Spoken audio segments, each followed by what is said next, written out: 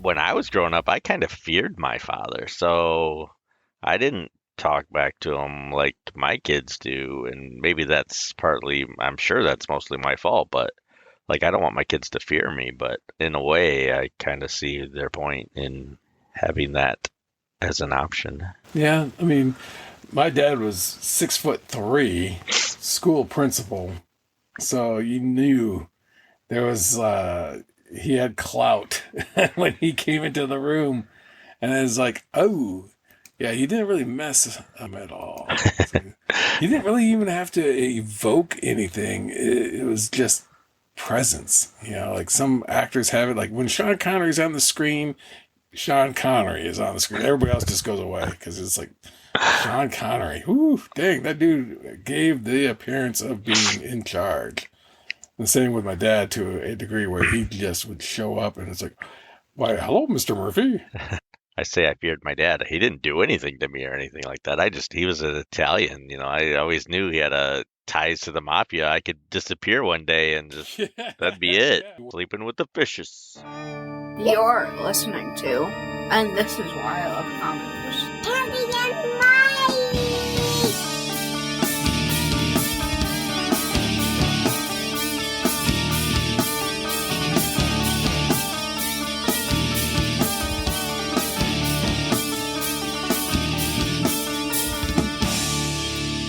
iPhone 14's on us.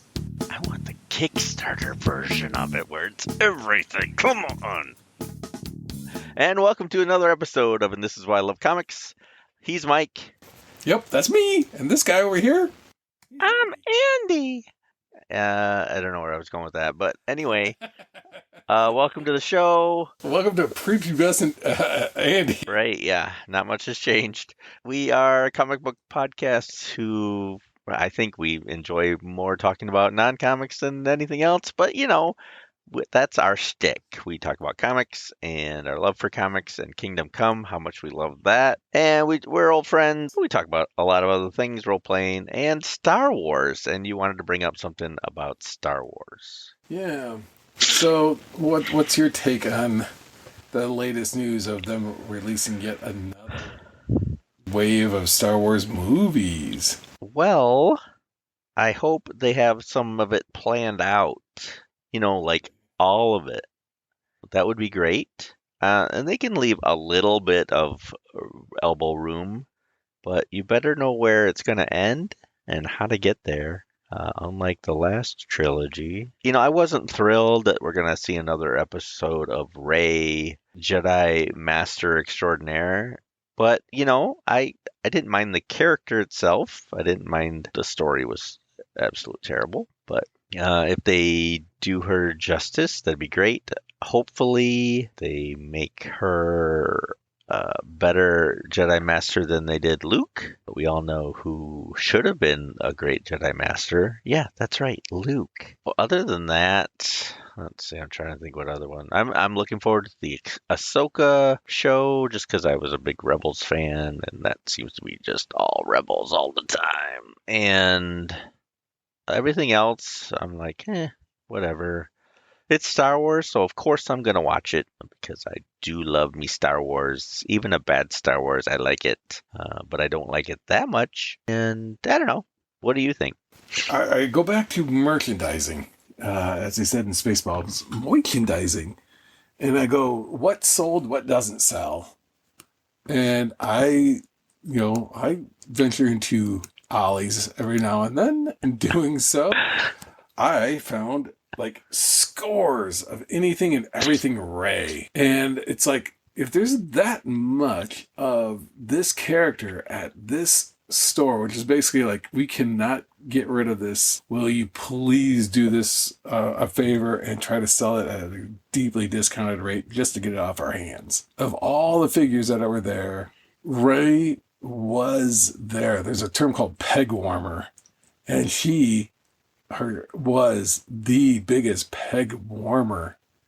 And I'm thinking like, okay, so if she's the peg warmer and she's not selling, why make more? I thought they were all peg warmers, really. The one thing I thought that whatever The Force Awakens had going for it was the fact that and this is going to sound really dumb, but you knew the characters' names.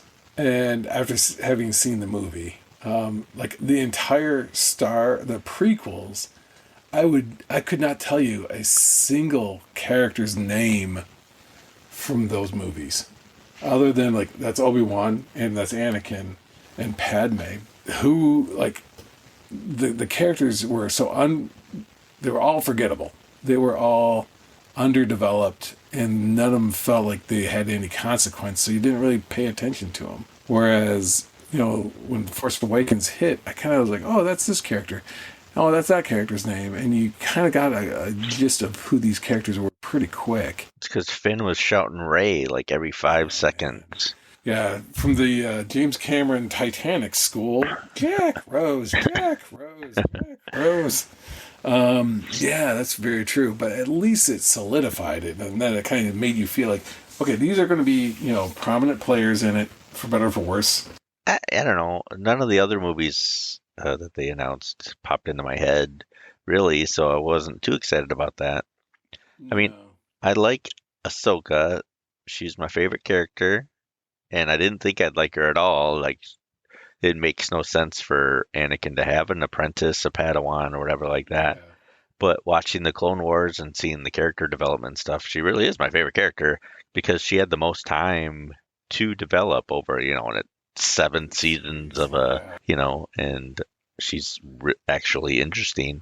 It just, so a new series that shows more of her and then her development, I'm excited about that. And I think they've done a good job with actors choices and stuff like that. So other than that, I've just started watching The Mandalorian, season 3, and Yeah, I don't know if I'm going to hold off on watching that. I kind of got burned on, burnt out / burned on the Star Wars TV. I've heard a lot of complaints about this season, but I have not had any complaints yet. But I'm only 3 episodes in to it, and I'm not rushing out to watch it, so just doing it when I have some extra time, which isn't often.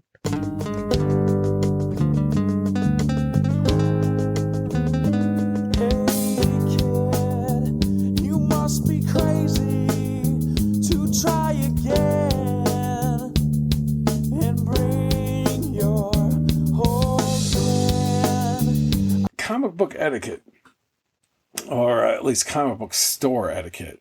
We get to this place, fantastic, customer service. They bend over backwards for, people that go to their shop. It's pretty amazing. Now, with that said, at Comic Cons, there is a term called booth barnacles. And it is when a fan or just a convention attendee stops by your booth and they stay there for hours. This was basically that had happened at this comic shop. This gentleman, so we get there, and we're walking into the shop, and we see outside is this truck. And I'm going to make an assumption, but I would assume it's his wife is sitting in this truck just staring at the door. And we're like, oh, okay. And we walk in, and sure enough, there's a guy just talking and talking and talking to the shop owners. And all's well and good. And this is like, we hadn't been at the shop, or my brother came with us, so he was all like, this is all new. Look at all this extra stuff over here. And so a lot of just like, look around. We were there for a while, but this guy was at the counter talking to the owner of the shop the entire time we were there, right up until we left. And he was still there. And it was almost to that point where it's like, good grief, dude. Just at some point, your wife, she actually comes into the store hoping like, hey. Yeah. Remember me. I kind of want to go. And it's like, and the guy didn't even get that hint. Just use it as an excuse, like, oh, this is my wife. Let me introduce you to her. And I know she was already in here before, but I don't think she ever got to really introduce. And it just kept going. it was almost giving us a headache, and all we were just customers, kind of lingering. And yet, we were like, well, we kind of wanted to leave, but we also wanted to ask her a couple of questions. And but She she just was wanted to tired. go home. Oh, and yeah, that wife was just like, enough already. And then I got to thinking, is this me? Do I do this? Or is it just something that, I'm just catching? It is a cautionary tale, kind of like a Greek tragedy where you're like, just don't be this person. Whenever, you encounter something, just don't be that person.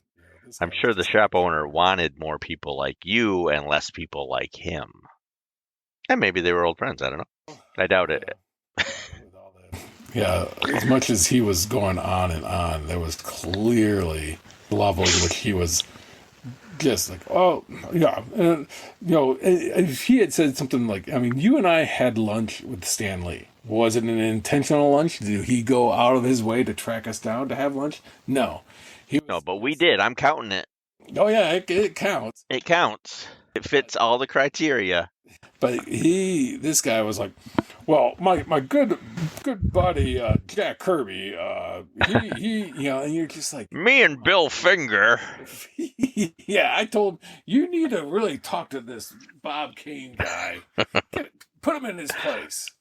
I had not encountered something like that, and those are the moments where it's like, I was talking to a friend of mine at work, in fact, and we were like, man, what would be cool would be to open up like a toy shop or a game store or whatever, just opening something. And then I got to thinking, but you have to deal with potentially some people like that. Right? And Yeah, you have to deal with people. And that right away turns me right off at my age of 51. It's like I've dealt with people my whole life. I'm ready for not dealing with people. one thing that we kind of came to a conclusion is like, maybe it's not a store, maybe it's a museum. You just open it up, you put your stuff out on display, you put red velvet ropes everywhere, which prevents people from getting too close, and then you just say, okay, you've seen everything I have? Okay. See ya. Well, then you get robbed like those two people that robbed that. Well, there's a butthole and two right there. Yeah, that is it. Everything about it. So, kind of giving a backstory for those who may not be aware, Elkhart, Indiana has a superhero museum called Hall of Heroes, and they had moved to a different location, a little bit more open space, and it was not a converted garage. It's actually a standalone building, and it's a pretty good shop. But a few weeks back, somebody broke into that museum, grabbed key issues, and then And then we're out the door. Like they were there less than 5 minutes, so they knew what they were doing. They had to be like a former employee or someone had visited like in the last month. Yeah, because they knew exactly what to go where to get. Yeah.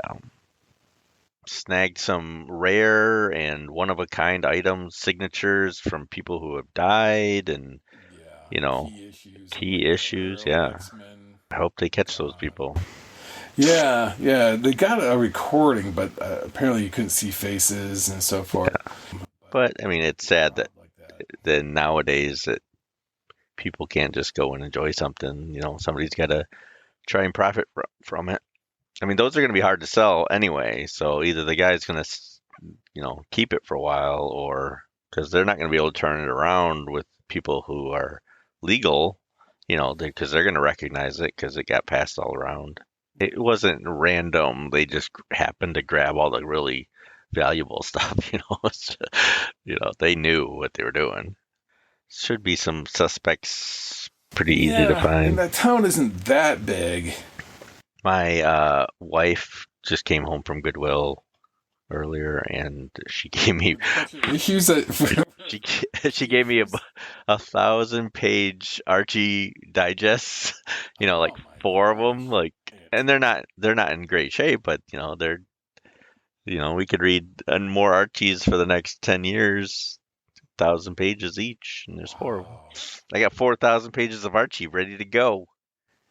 Have you ever thought about that though? With Archie, there's absolutely no continuity. Yeah, I mean, they're perpetually in the same grade. They're perpetually, in the same, situations week after week, month after month. There's not even a commitment like, well, Archie really likes Veronica, so we're going to run with that for a few months, and Betty's got to figure things out while this is happening. It's like, nope. It does, the very next story in the same issue might be like, hey, I'm glad we're going out, Betty. And it's right. like, what? You were just, yeah. Yeah. Well, even paging through, one of it is the best of Archie book one, and it had when he proposed to Betty, and then another issue where he proposed to Veronica. Like they did a tie-in issue and did a what if he married both of them, not at the same time. It wasn't that risque, but Yeah, Archie does a little bit more interesting storyline than I thought he had. right. Archie starts a cult and moves to Nevada. They've added a couple characters here or there, and having worked on like the Peanuts toy line and so forth, there's a few where it's like, yeah, do you remember Frida or Patty? And it's like not Peppermint Patty, but the other Patty. Right. Like, Yeah. no, but people will go like, oh yeah, they just didn't work out for one reason or another. They just didn't work out, and as a result, they just kind of went away. What do you mean? I have a Frida figure in my house. Is it one that I gave you? No, but it's one you touched. I'm sure. Same line. Oh, okay, cool. Yeah, I think I told you that was still a traumatizing story of that kid. It's like, we're not buying that junk. It's like, Right. you understand how much time I put into designing that? Junk. Listen, lady. Yeah, this makes 0.5 past light speed. Right. There's a Star Wars reference. Thank you. There it is. I had to get it in somehow. Little boy, go back where you came from. Oh, I have to put you back where you came from. Little boy, go back where you came from. Oh, I have to put you back. Little boy, go back where you came from. Oh, I have to put you back where you came from. Little boy, go back where you came from. Oh, I have to put you back. Speaking of converting cartoon to live action as they did with Ahsoka, I got an email saying that coming to theaters is a live version of Spirited Away. Oh. And Okay. it's like, I love Studio Ghibli. I think that they do amazing work, but a live version of it? I can see that. Stage play? It's like, man, I don't know how they're going to pull off some of the, of all the things that are, I mean, that animated film had so many, like, beyond the scope of, like, a simple costume. Right. From the lady who ran the bathhouse and her ginormous head and a Yeah. giant baby. Right. You'd almost have to do a Fraggle Rock, big, whatever they're called. Yeah, those costumes. Yeah. Or just Time Bandits, Oddity, kind of weird mechanical things. And I don't know. That's so Bring cool, back though. moves. Bring back the map. That's what I haven't watched that movie in so long. Yeah, I haven't either. I gotta watch it again, though. Yeah, that movie freaked me out growing up. Just because it was so weird and odd, but every time it was on, I'd watch it. So Okay. Yeah, that was just a mix mash of everything. That had Sean Connery in it too. I just remember that. you did? Oh yeah, it did, didn't it? Yeah. Yeah, he was the kind of like the Greek hero in the Minotaur costume. Yeah. Yeah, he did.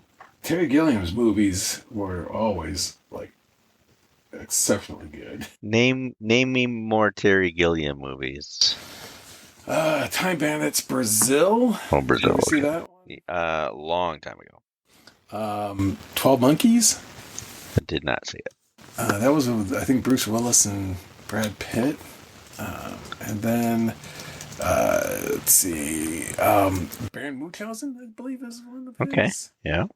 And I'm drawing blanks on some more. He's been crap ton of movies, but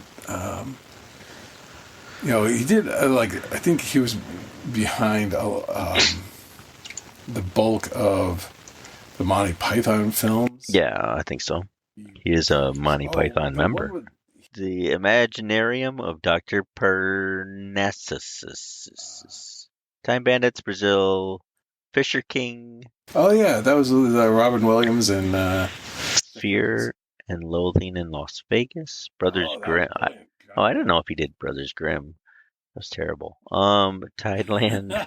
Yeah, it had Matt Damon in it, and that's oh boy. Yeah, you're kind of rolling the dice if you got Matt Damon. He's still alive. He's 82 years old.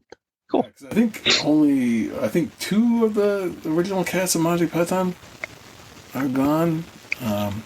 Because Eric Idle's still around, and Chung Cleese is still around, and Terry Gilliam is noted. It's still crazy. He did all the animated shorts for the for Monty Python. Oh, he did. Freakish. Yeah, all those like paper cutout, animated segments. Yeah, I never. I mean, I've watched the Monty Pythons. I've laughed at the Monty Pythons, but those animated sections, whatever, I was like, I've always been like, okay, that's weird. And I think maybe, should I get this if I'm British? Would I be laughing? I don't. Is this a cultural thing? Or... Oh, that's so west side of London. Right. Spot on. Yeah, I don't know. Oh, there is a question mark about a lot of that cartoon. I just remembered as a kid absolutely getting freaked out because there was one where they were trying to talk about solving transport problems throughout England by having everybody ride inside a giant sheep. And they had cut out, these sheep just grazing, and then it stopped. And then they opened up a hinge on the side of the sheep, and there was like a double-decker bus on the inside. And there are just these people inside, like looking out, like, "Oh, hi there, we're waiting to be transported to wherever." And you're like, "This makes no sense." And yeah, that was like where I was like, "Yeah, I think this is not meant for my very, very adolescent mind to try to grasp." Well, it's like I think it had its place in time, just like Benny Hill or whatever. You couldn't watch that now and appreciate it because we actually have more higher standards now. Yeah. You know what I mean? Like our brains aren't quite as archaic as that. The Benny Hill theme, though, holy crap! I can hear that all day, though. Oh yeah. Yeah, and I mean, for its time, it's sexism and all that stuff. It fit in with the time. I'm not, I don't go back and go, oh, they shouldn't have done that, whatever. But I mean, you couldn't do that now. But what you could do, here's my transition. What you could do, we haven't even talked about what book we were going to talk about. This is going to be a painful edit, that's for sure. Yes. Try and introduce people to a book we haven't even mentioned yet. No, this kind of came out of the blue. Yeah. I think this is another one my wife just picked up at Goodwill, and I went, we should do this book. It's such a perfect fit. It is. And it is Weapon X, Wolverine itself, Mr. Mighty Duckman, Wolverine. Wolverine! Wolverine! Red Dawn, yeah, that's right. This is from the Marvel Comics Presents issues. I read it in a trade. I used to own the originals, but have since sold them off a long time ago. Before they were worth a lot more now, of course, but That's life. Yeah. I mean, that's why they're worth more, is the fact that you don't own them. Right? Yes, absolutely. The moment you have them, it's like, these are not even worth the paper they're printed on. Right. You say, well, time to get rid of them. Oh, that was Exactly. a key issue. Right. I just lost out on this. Thousands of dollars now. But these were Marvel Comics Presents. 72 to 84 were the issues. They were done by Barry Windsor Smith, written and illustrated. Of course, Marvel Comics. It tells the story of Wolverine during his Weapon X days, and it's as close as an origin issue as we got prior to. I'm trying to remember who did the second one. Yeah, Origin was. Yeah, Origin. Yeah. I think it was. Oh man, I know one of the Kuberts did the art. Yeah. But then I'm thinking, as far as who did the writing, I think it was like Jenkins, like a Paul Jenkins or something like that.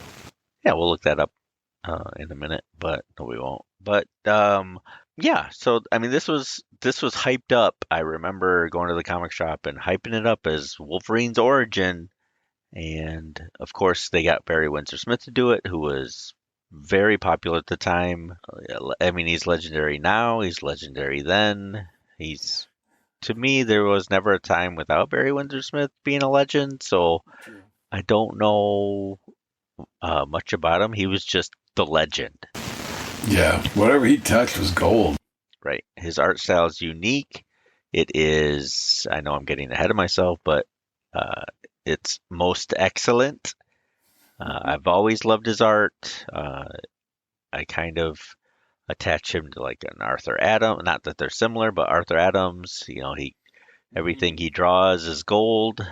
I've never seen something I haven't liked from Barry Windsor Smith, and I've seen some. I can't say I'm a enthusiast on everything he's done, and I don't follow it like George Perez, but Barry Windsor Smith, if I saw he did it, I would definitely pick it up and go, hey, I own it now. It's mine. And he's still around. He does a little bit of stuff, but I don't know if he's really active much as I just click on his name here. He kicked out. He's 73 years old. And because he had done the Storyteller series. Yeah, it was canceled after 9 issues. Yeah, it was a good run. But I don't. He just did something like a huge like masterwork, like a Frank. Oh, he did. Yeah. Monsters. Or something. Yeah. That was his first book in 16 years. Was Monsters. Wow. And I don't know if there's any like truth to it, or I might have misread this thing or scanned an article, but they said that there's similarities between like a Hulk story he submitted and then this monster book or something like that. Oh. That he was like, I was going to do this Hulk thing and it never worked out, and so I just kept the story and produced it myself under this. And that's probably happens a lot. Like you throw a story out and they don't accept it, so it's like, okay, well, it's still a good story in my eyes. I'll just save it for something else and throw it out there when I can. You have that kind of clout, like a Windsor Smith does. It's like, how can you pass up on his stuff? But for some reason, they must have, and yeah, he just does it on his own. Right. I kind of rank him up there with Bernie Wrightson in a very different way, where this Barry Windsor Smith is like technically an amazing draftsman, and where Bernie Wrightson is a brilliant like artist, but they both have heavy singular ink lines and have that just an amazing sense of drama, and they can draw people and things without that are just more or less flawless. And very, very iconic, meaning that you know exactly, it's like you only have to see one panel and you go, oh, that's Barry Windsor Smith. Right. And then That's see, Art Adams. That's John yeah, Romita Jr. That's, yeah, John Byrne. There's certain artists you can just one panel you can see who it is. Yeah, he's someone who just is at a level that a lot of other people aren't, and it's not. Well, I mean, maybe it is for him. Like his storytelling is amazing. His line work is exceptional. Like again, P. Craig Russell, Barry Windsor yeah, Smith. ethereal.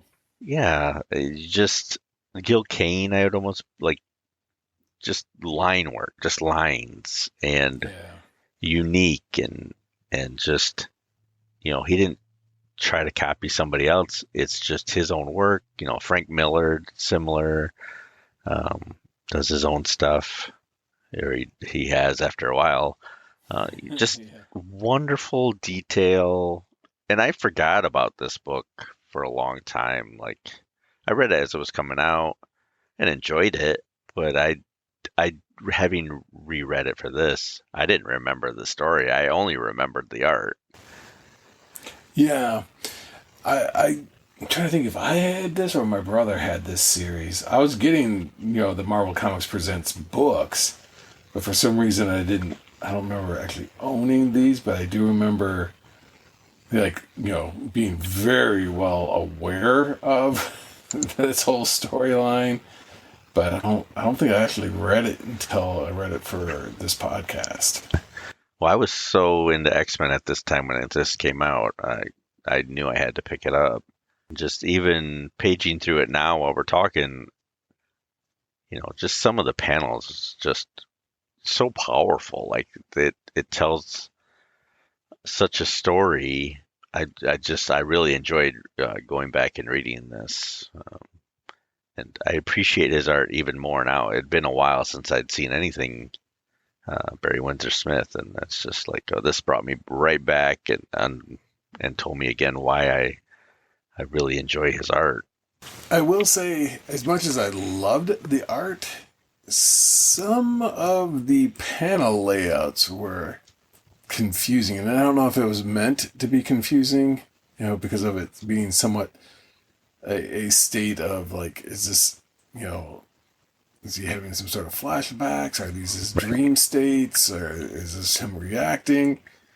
But especially the first few pages, it's tough to figure out. Like, I've never seen panel structure this way. And it's like, oh, okay. Yeah, that's, not following it, but yeah, you eventually kind of get the gist of what he's doing. But it's just, his line work was amazing.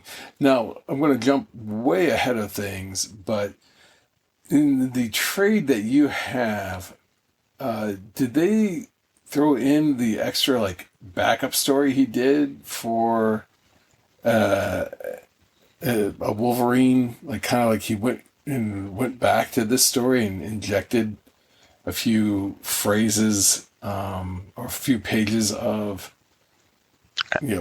telling a little bit more of this story? I don't believe so. Okay.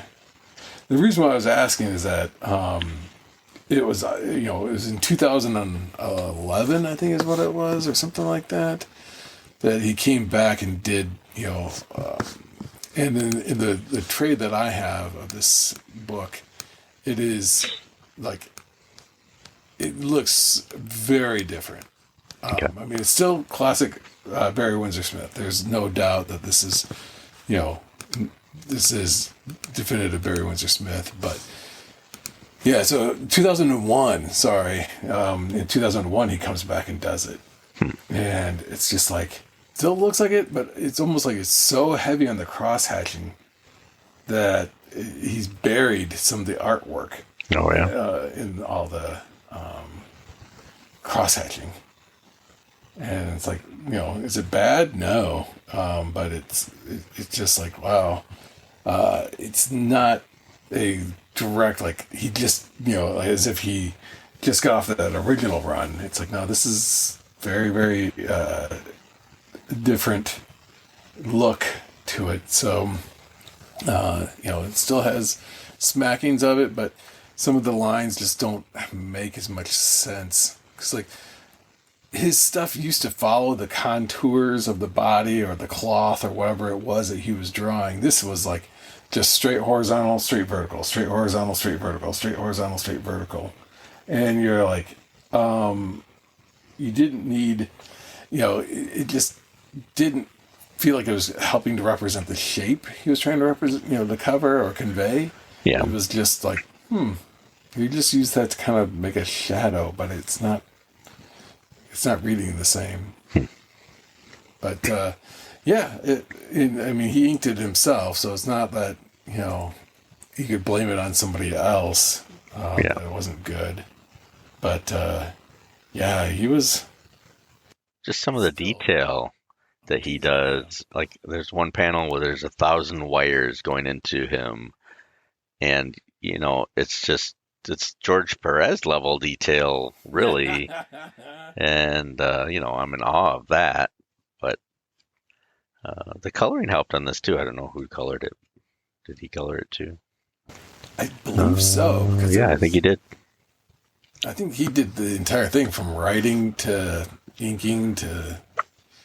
which is probably why this actually came out, because, he's not a fast artist by any stretch, yet, this was a monthly publication. So Marvel Comics Presents was a series that they had done, was just an anthology series. So I think you had like one main story and either like two smaller backups or one backup story.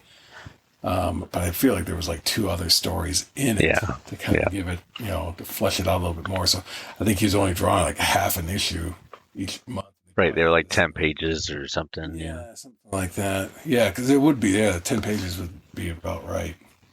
So, brilliant stuff, great stuff. There's some aspects that you wonder how much limitations he had to work with. Because there's they don't really explain a whole lot leading up to this, because the entire focus of this series is just basically him under the knife, if you would, the operation that made him into Weapon X with the adamantium. But there was not a whole lot preceding and nothing afterwards. Right. And it was simply the lab and what they put through. And I'm still a little fuzzy on what was a dream and what wasn't. Like towards the end, I'm like... That was kind of a cop-out. It was like, oh, that was a simulation that he was going through. And then you're like, wait, what? And then he does it again anyway. And then they don't show it. Like they do it for 2 panels instead of 10 pages. It's like, oh, that if I had one complaint, it would be take that last part out, have him it not be a dream sequence, and have him actually do it, and then just have him wander off. Like they didn't need to then have him do exactly what the dream thing was and try to explain it that way. Like it was unnecessary to repeat, the next page, him doing it again, and then it's real this time. It just wasn't. It seemed okay, that was unnecessary and confusing. So definitely not like a Twilight Zone twist end. It was like, no, that was pretty much verbatim what he did before.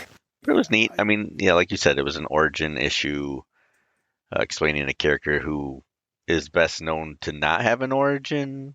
And really, I think if they had stopped here, I would still be happy with, oh, that's how he got that stuff. But I don't need to know more.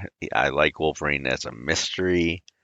And you can tease things and everything like that. But once his origin came out, I'm like, well, that's not how I pictured it or wanted it or needed to know. It kind of ruined the character. Yeah, there's even a line in this book where it's like, he could be immortal, indicating that, he could be hundreds of years old. And I didn't want him to be a caveman, but there's no reason he couldn't have been a couple hundred years old, Yeah, yep.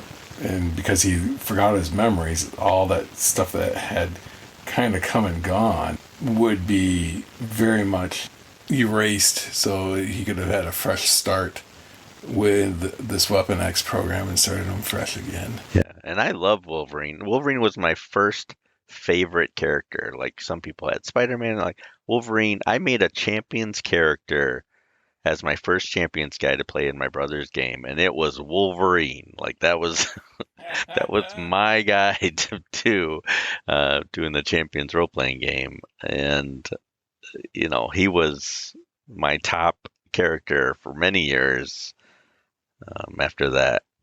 And, I just like the tough, gruff, short, clawed fighter guy, and that's, I still have a place in my heart for good old Logan, but, he was overused and everything like that.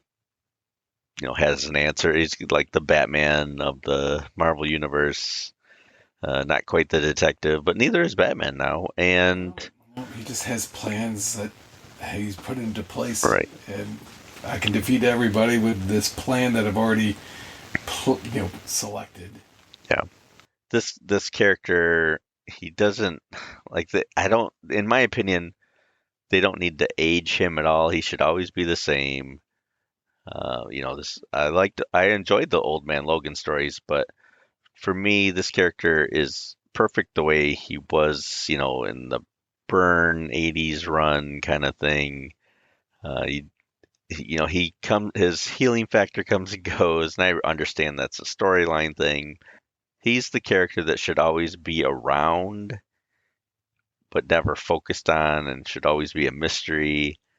Let everybody else have a storyline, and he should just remain questionable, but like always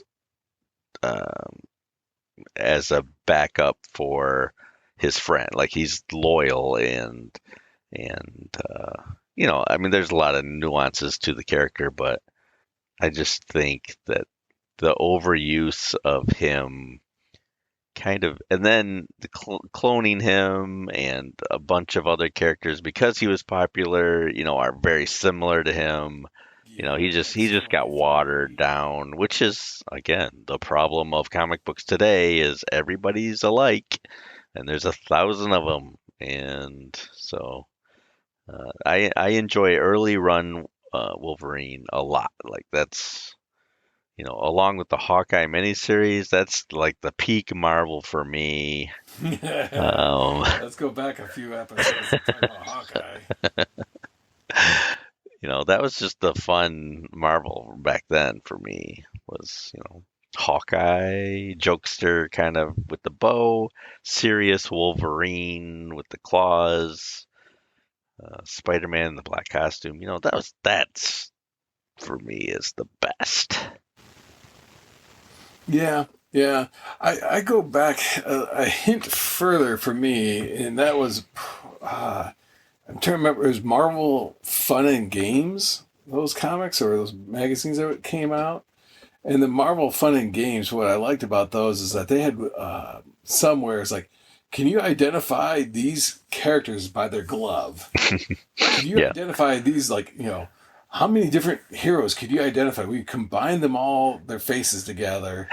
And can you identify the 7 heroes that we put together? And it's like, you knew each of those characters because of those simple, easily spotted differences. It's like, oh, that's Mysterio's glove. That's Doctor Strange's glove. That's Doctor Doom's, It's Wolverine. It's got the claws. Yeah. You could easily spot these characters. You knew exactly who they were. They were fantastic. And, there wasn't like a million characters. I'm going to jump over to that Kickstarter I funded, and it was the Marvel United from Simon Games. And there was you could buy all in on these different categories, and one of the categories was the classic, no, not classic, but the Avengers characters. And I'm I was able to identify, I would say, a good 3/4, if not the majority of the characters. But then there was the X-Men. And they had the same number of miniatures in the game, this expansion box you could get. But it was like, I don't know, even I would say I would probably be able to identify a third. Oh, yeah. And it's like, I don't know any of these characters. Chamber is, or Marrow or Yeah. something like that. And Skin Graft or whatever. I don't remember the characters' names. Even I have zero engagement with, even trying to remember what those characters' names were. right. But yeah, it was just something that I was like, yeah, I'm good. Reading this, it made me more excited to go back and maybe read some old classic X-Men stuff, or, just that era of the mid 80s. Yes. That was exciting for me. Yeah. I mean, there weren't so many books. The pricing of the books was reasonable too. I mean, because even this, I was looking at because of it being a trade, they reprinted the covers and it listed off the prices. And it was like $1.25 an issue. And it's like, that was probably a little high at the time, but not like where they're at now. Right, yeah. Marvel's talking about having a $10 comic series. Yikes. It's not even the, like DC's got that black label and it's different sizes and so forth. And you're like, oh, that would make sense to be, $10 because it's targeting a different audience and there's a different paper stock, different print quality, all this other stuff, high-end artists and writers. But this is like, I think it's just going to be like a 60-page thing with bios. Like a giant size or something. Yeah, and it's like $10, and there's going to be like 4 issues in the series or something like that. So you're going to be spending $40, and I'm thinking, even if this came out in trade, it'd probably be like a $20 trade. Yeah. So it's like it'd be cheaper, just to get the trade when that comes out, and it will. Yeah. No thanks. I mean, no, $10 for a comic. It better be really old and really valuable. This the artwork and everything, the characters, I like that they implied stuff, meaning that the professor and the Skipper people were not, and Marianne were not fully in charge. Like somebody else was pulling the strings, which was great because that gives you like one more, like maybe there was somebody outside that's, really in charge of making Wolverine who he was and let him get, out of control like he did. And I thought that's, it adds that mystery, keeps some of that going. Whereas, it didn't spell every detail out. Right. That there was some other power that was like, we've lost control. And it's like somebody else took over. And then that, the main professor, I don't know if they ever gave him a name other than Professor, but the main professor was like, it's like, are you doing this? Are you, running the show or whatever? It's like, wow, that's kind of a fun, like, and I don't know if they ever went back and tried to explain that further. I'm sure they did. Yeah, there was only like 4 characters, and like 3 of them were scientists, and then Logan was the other one. What was great about this was, you didn't hear his catchphrases at all. I'm the best at what I do. Like there was none of that. There's the best of what I do, and what I do isn't pretty, or and there was no, he wasn't in costume at all.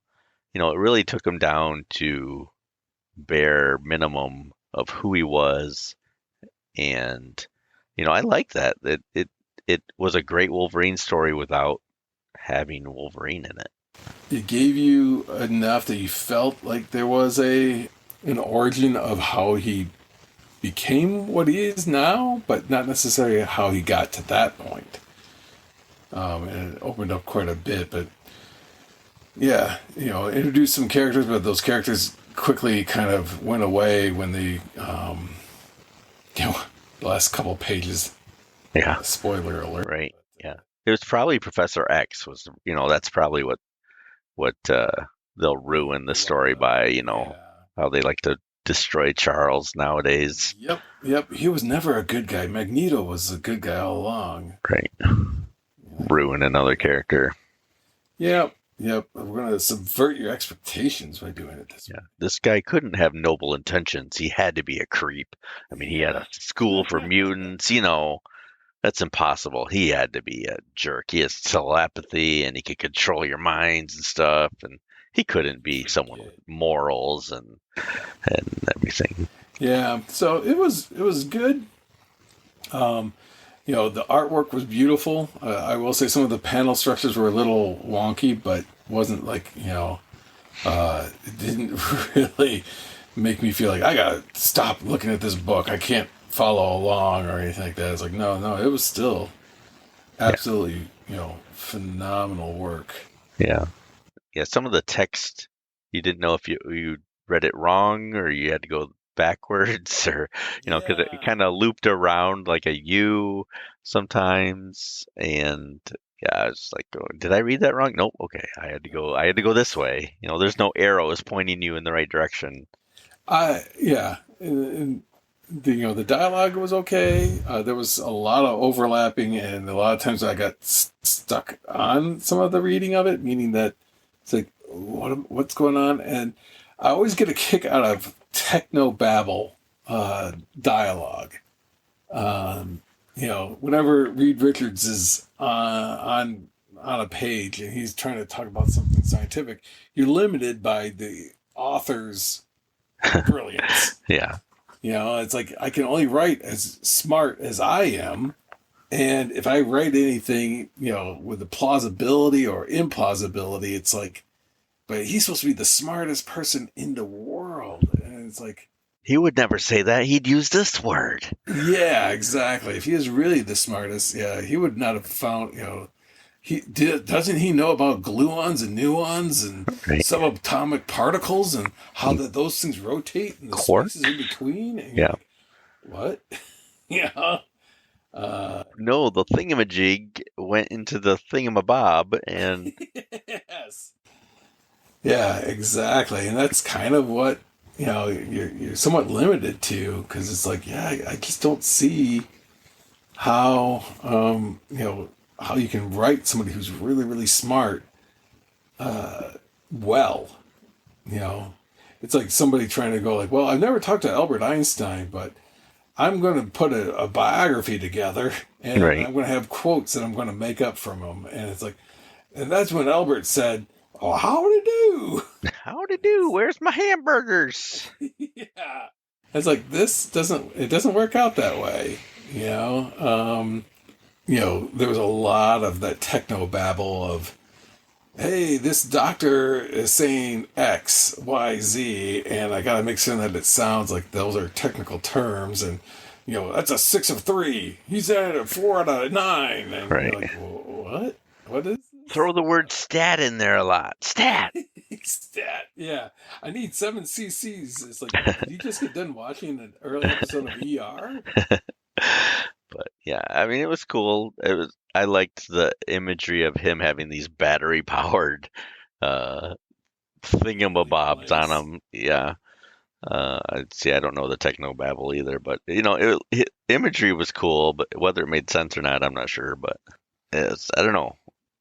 It was, what were they? Cameras?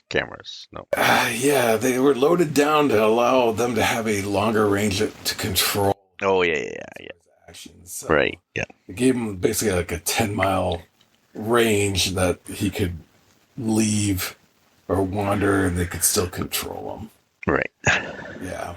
This kind of goes back to our reading books with dudes in underwear. Yeah, that's another guy in underwear, right? We're going to have a top 5 underwear characters in our stories. How are we going to rank them? Yeah. We've seen, it's like the column of, this hero, tighty whities or boxers. Right. And you make the call and we'll find out who it is or what they're wearing. That's right. We got to read that Dick Grayson episode, where he's in his underwear. He's gonna win it all, right? My wife's been grabbing a bunch of good books lately off of that Goodwill. She brought me a New Teen Titans one that took me back. She brought me a Vader down Star Wars one from Marvel, one of the recent ones where Darth Vader was kind of cornered by the rebels and had to fight them off and stuff. They were all good. Yeah, it was good. Good stuff. Love to talk about that one. Kind of made me want to go back and get some of the Marvel issues of the newer Star Wars, but then again, I'm usually disappointed by a lot of that stuff, so I might not. I'll take the win from this trade and go, okay, that's good. Yeah, I don't know. I kind of was hoping for like the end of this book to be not just him walking away in his underwear in the snow, but like meeting Charles or anything like that. But then I remembered, this was 10 pages from an anthology, like you said, so wasn't ever meant to be a mid meet between the Xavier, like a first meeting with the X-Men and stuff like that, because that kind of, he was already working for Canada then, wasn't he? Like they hired him. Because I think technically it wasn't his first gig. The Hulk. I guess they sent him out against the Hulk. And yeah. Said, here you go. Yeah, he didn't call anybody Bub. No, I think he did say something about Chump. Oh, okay. But not quite the Bub. Yeah. So this was Wolverine without him having his cliches, want a piece of fruit. Yeah. I was kind of miss that, I think he says that all the time, right? Want a piece of fruit? It says Australian accent. Yeah, was that Pride of the X-Men or something like that? What was that? A one-off cartoon. The Spider-Man pilot. Spider-Man one. Oh, that's right. Amazing Friends, I do remember as a kid, though, being introduced to these characters. And, at that time, Star Wars was obviously a thing, but it was like, how do you think they'd do Wolverine? I don't think they could ever get Colossus. They'd probably just put him in like a suit of armor and say, that's Colossus. And, you're thinking like, they'll never be able to do any of these guys. And it's like, in some ways, yeah, they kind of didn't. Right. Hugh Jackman, I think he did a good job as Wolverine. Very tall. And yeah, he was a tall Wolverine, but he did a good job. Can't complain too much. I mean, some of it was script. Kind of, tied down to whatever was, Bryan Singer and his, era of, the X-Men. I did finally watch that Dark Phoenix because it was like, oh, I'll give it a try. Yeah. And it was like, boy. Yeah, there's a reason why everybody hated it, and I ended up watching some of it too, and I don't think I ever made it through it all, but I wish, they could have gone out on a better note.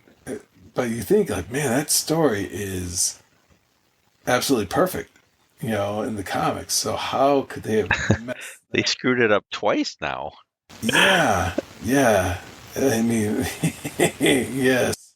Yeah, how are they going to screw it up a third time? Yeah, that one with the little tweaking, because you'd have to take out the Alondra, Gladiator. Well, I mean, it'd be great if you could keep it in, but it's a lot of characters and stuff. But you could still do that storyline pretty much the way it was, with a few little tweaks. But I don't know, they screw it up every time. They change it too much. They think they know better than the original source. Yeah. And, I mean, I understand. You have like an hour and a half to try to convey a story. But at the same point, if you know you're heading that way, again, going back to Star Wars, you can plant the seeds well in advance. Yep.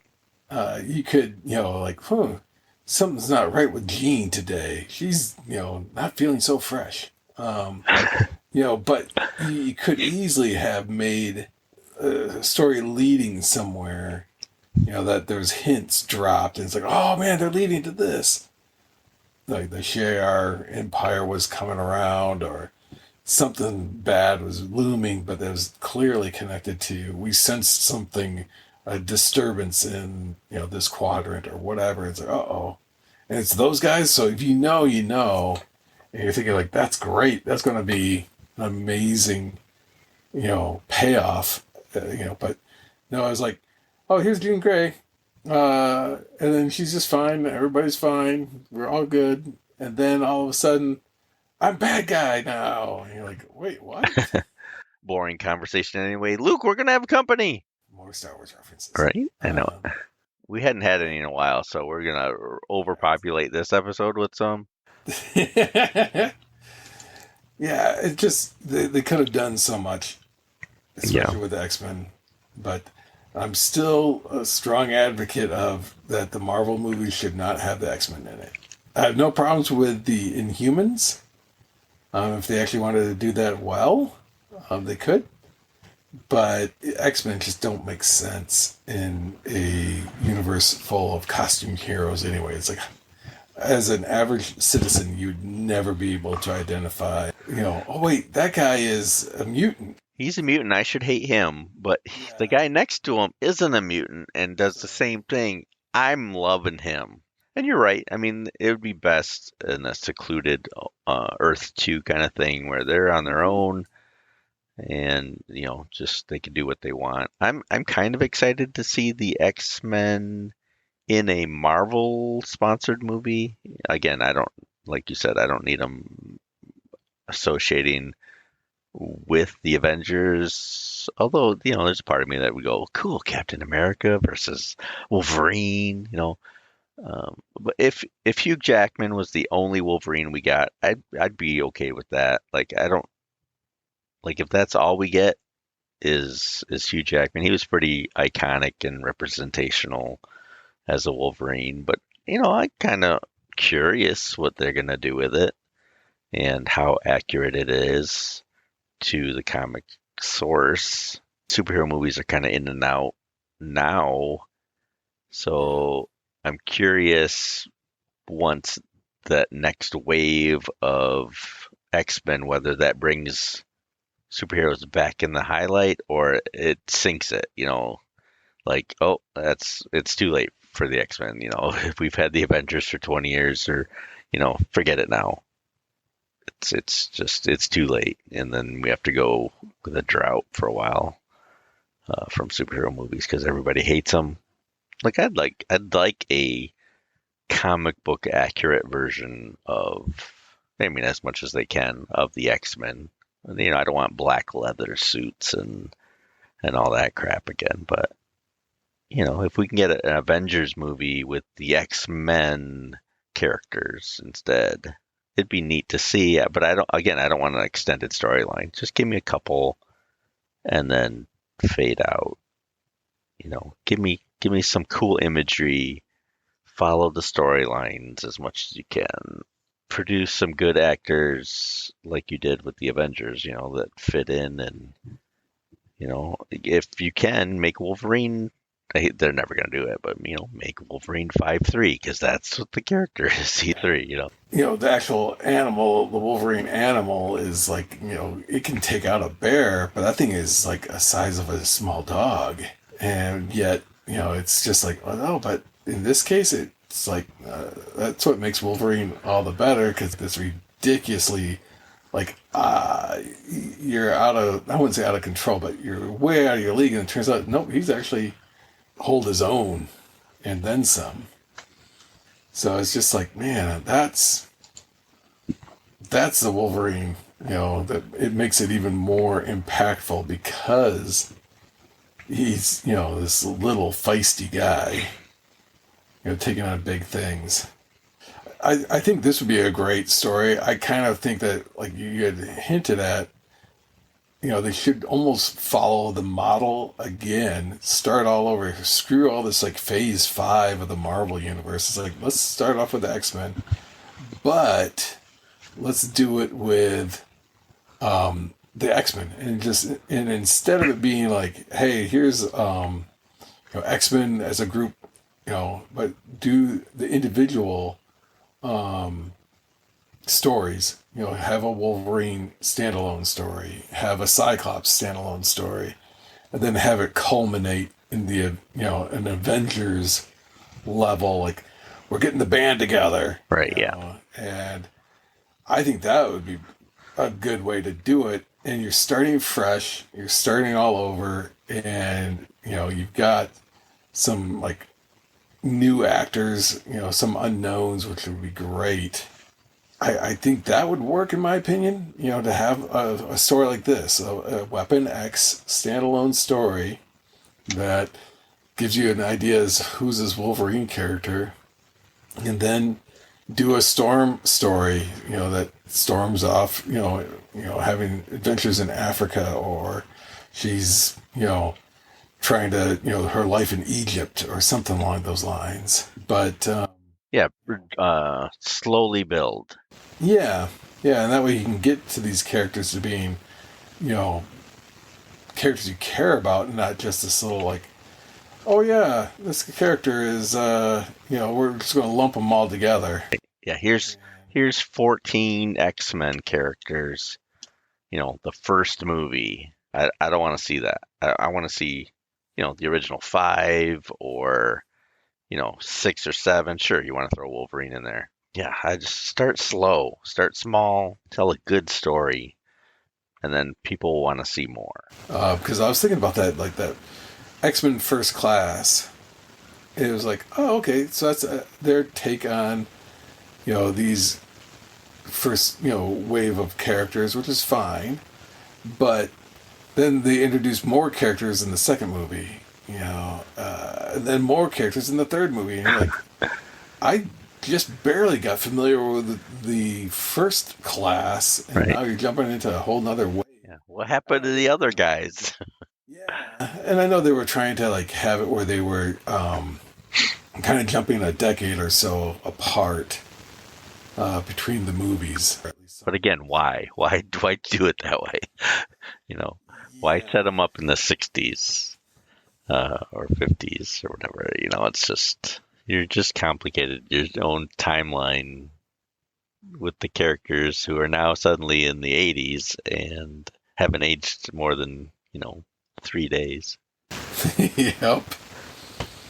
So, yeah, but there's so many great standalone stories for each of these characters that there shouldn't be any, lack of getting a good tale told.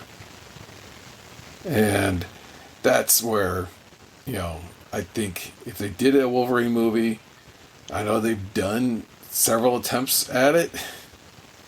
Like this would have been a fantastic. And I know that Hugh Jackman did, I think it was The Wolverine or The Wolverine. They tried to kind of do the whole Weapon X. Look, your origin of Deadpool. Oh, that's right. That's right. They threw him in there too. But they had a Gambit. They had some of the other characters. Yeah. Just like, oh boy. Yeah, there was some sucky Hugh Jackman movies, but Logan was great.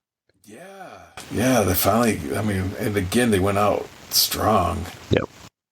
Yeah, he shouldn't return. I know he's going to in the Deadpool 3 movie, but he should stay retired. If you do like a Secret Wars, and the X-Men are popular at the time movie, sure, have him be a multiverse, version of him or whatever, and give him like 5 minutes of time in the whole movie because there's going to be 100 characters. But just let him retire on a good movie. Everyone deserves a good movie ending. It's because there are some where you look at it, it's like I look at like Sean Connery, and I keep going back to him, but he left on one of the worst Bond movies, Diamonds Are Forever. It's like, oof. Oh, I thought you were going to say League of Extraordinary Gentlemen. Yeah, there's that too. That's like, ooh, that was even more painful. Um, and it's like that's your Bond, and then he came back again and did Never Say Never Again, and you're like, that was it had moments. I will give it did have some good moments in it, but I still feel like oddly enough, the Michael Bay The Rock with Sean Connery and Nicolas Cage, that was probably the best Bond movie. If you put it, it was not official, but in every extent except for being official, it wasn't. I mean, you could clearly tell that he was a British secret agent. He got captured, right around the time that he was done with, his run as James Bond in the movies. So he's like, yeah, he's been captured since the 70s, which would explain why he never returned as Bond. I mean, like there's so much to it that yeah, that is a Bond movie. They just couldn't say that he was officially Bond. And of course, he would escape Alcatraz. I mean, come on. Yeah, yeah. That was just a momentary hiccup for him. He was able to get out of there, no problem at all. But yeah, it was. There are moments where you just want actors to go out on the best note possible. I'm a huge Cary Grant fan, and his last movie was more or less forgettable. But he also realizes, like, it's time for me to retire. I can still do these movies. I can still be in these movies. I just know for a fact, though, I gotta leave while people still remember me as a somewhat young and vibrant. I mean, he wasn't at that time even, Yeah.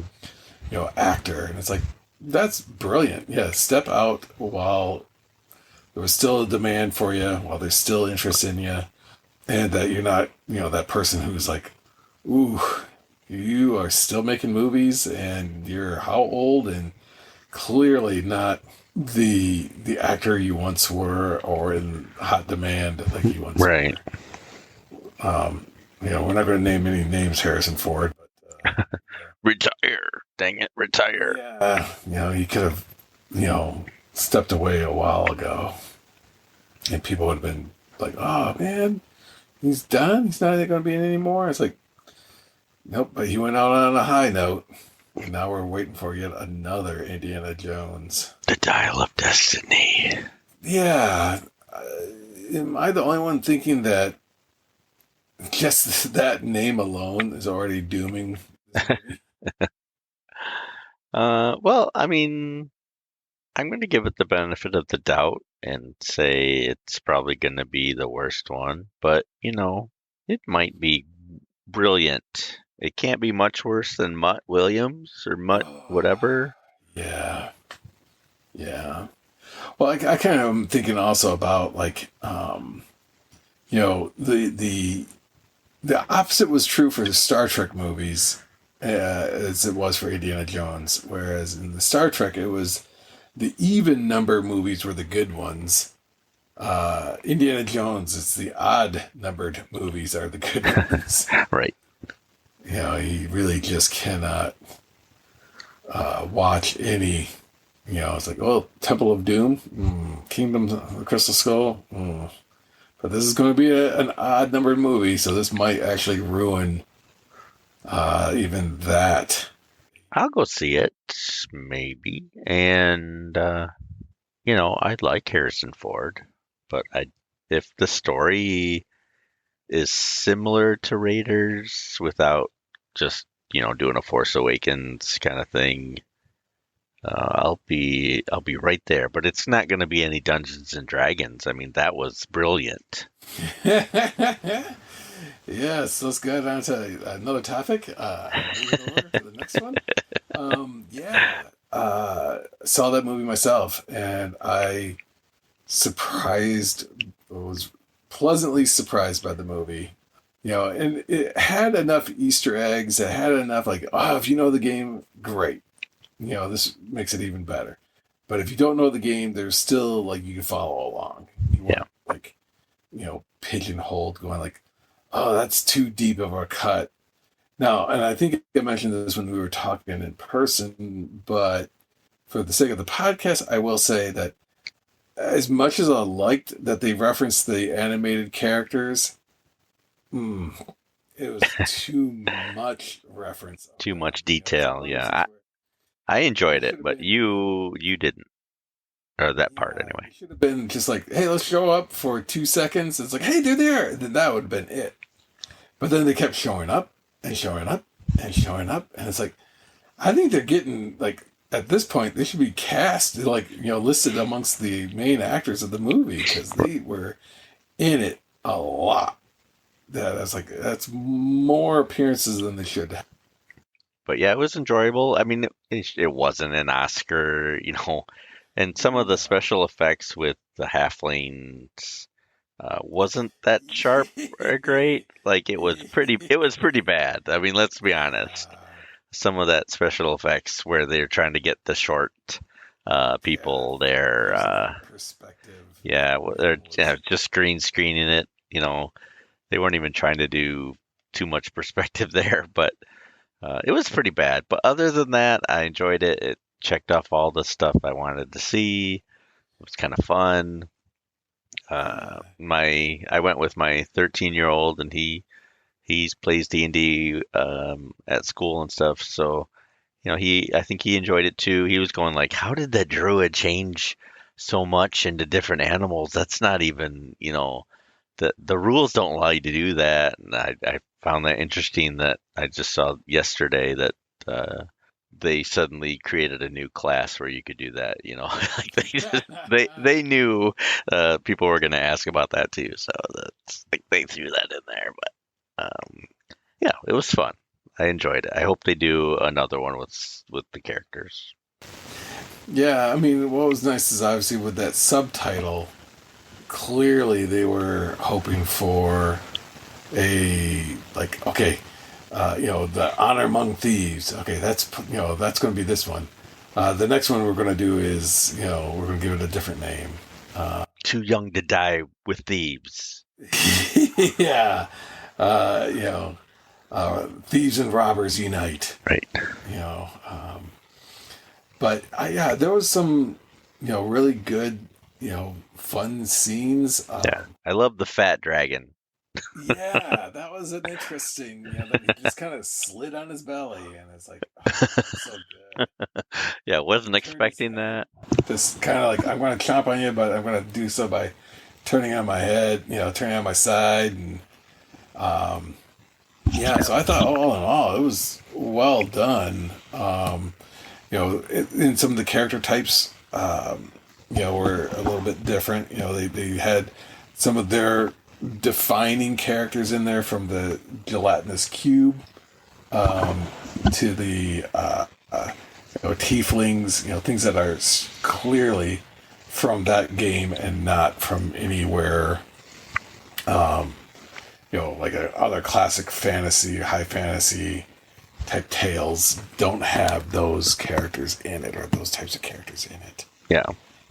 So I thought they did a great job with that. Like I said, there's enough in there for fans of ancient, gamers that were like myself and you, and where we go back far enough to go like, well, I remember the red books, and I remember this. And, I remember when it was called Advanced. Yeah, and it's Right. like, The blue book and the red book and the yeah, I did find it funny that for a name with Dungeons and Dragons, there was no dungeon and the dragon was really fat. Like yeah, it wasn't typical dragon and there was no dungeon. I thought that was pretty daring for them to not include those two at all, but I loved it. Like that was great that they went out of their way to not just do the generic. They can always do the dungeon next movie or whatever, and have a typical dragon next movie, but they went the other extreme and just tried to be a little different, and it worked for me. yeah, yeah. It was pretty spot on. Uh, even the bard kind of being quasi leader by default. Right. Um, And did no magic. He did no magical bard stuff. no, which was he just played the lute thing, and his obviously they couldn't find somebody who sounded like him if he were to actually have sung. Because when he busted into song, it was like, whoo. It's like Ashley Simpson, Milli Vanilli lip syncing Right. moments. Anyway, if you have anything to say about the Dungeons and Dragons movie, let us know. Give us an email. Email us at andthisiswhyilovecomics@gmail.com. If you want to talk about Marvel's finest Wolverine Weapon X story, like we did, you can talk to us there on the Twitter too. We're at and this is YIL1. We're on the Facebook and This Is Why I Love Comics podcast. Join me on the TikTok and show me that you're there, because I haven't had any reason to be on there because I suck at TikTok right now. But we're on the TikTok. Our webpage, we even have a webpage on the Buzzsprout. We're at and This Is Why I Love Comics podcast at buzzsprout.com, something like that. All these links are on our show notes, so you can do it there. Support the show, help us pay for some fees. Let's see. Thanks to producer Tony, co-hosts Matt 2.0, Matt 10.0, Kevin, and his support for Thunder Chicken, which is, supplying all our music and stuff. Go check them out on Spotify. So and This Is Why I Love Comics, I'm Andy. And I'm Mike. And we will talk to you soon.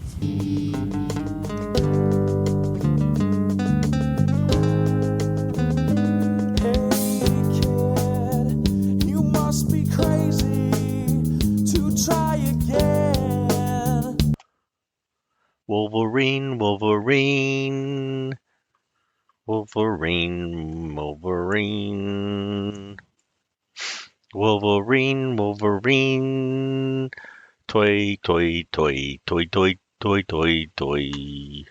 Why doesn't that work?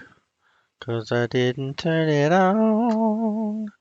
I didn't turn it on. Wolverine, Barry Windsor Smith. Weapon X. Wolverine is the Wolverine. It's the Wolverine. It's the yeah. I'm the best at what I do. And what I do is talk like Batman.